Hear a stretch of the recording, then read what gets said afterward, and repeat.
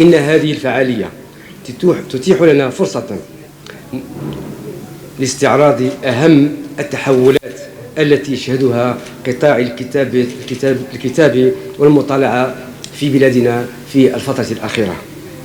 فقد التزمنا ببرنامج رئيس الجمهورية السيد عبد المجيد تبون، والذي يرمي إلى العمل على توسيع شبكة المكتبات العمومية، حيث تم خلال هذه السنة أي سنة 2025 إنشاء 15 مكتبة جديدة، ونحن على مشارف تدشين 4 مكتبات رئيسية أخرى في أفق تجسيد الهدف الأساسي، وهو المتمثل في توفير مكتبة على الأقل في كل بلدية من بلديات الجزائر.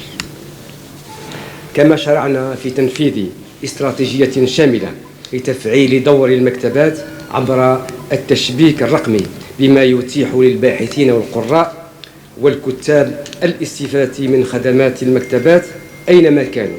هذا المشروع المهم سيتوج قريبا بحفل وطني يليق بأهميته، ويكرس دخولنا مرحلة جديدة في تسيير الكتاب والخدمات المطلعة. وقريبا كذلك نطلق إنشاء مكتبة وطنية صوتية بمساهمة من المكتبة الوطنية الجزائرية وكل المكتبات الرئيسية عبر الوطن.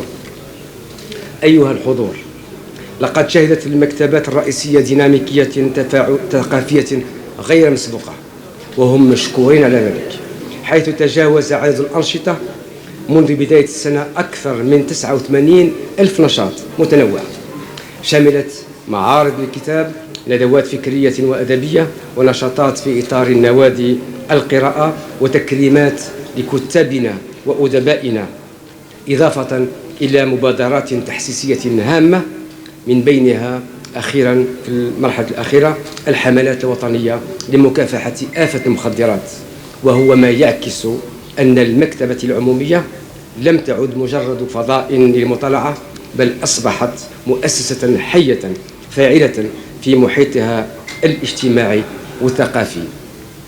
وما يبرر هذا ما رأيناه اليوم خارج المكتبة من تفاعل من سكان المدينة، وكل الورشات التي قمت بتنظيمها في مجال الفن والقراءة والنشر.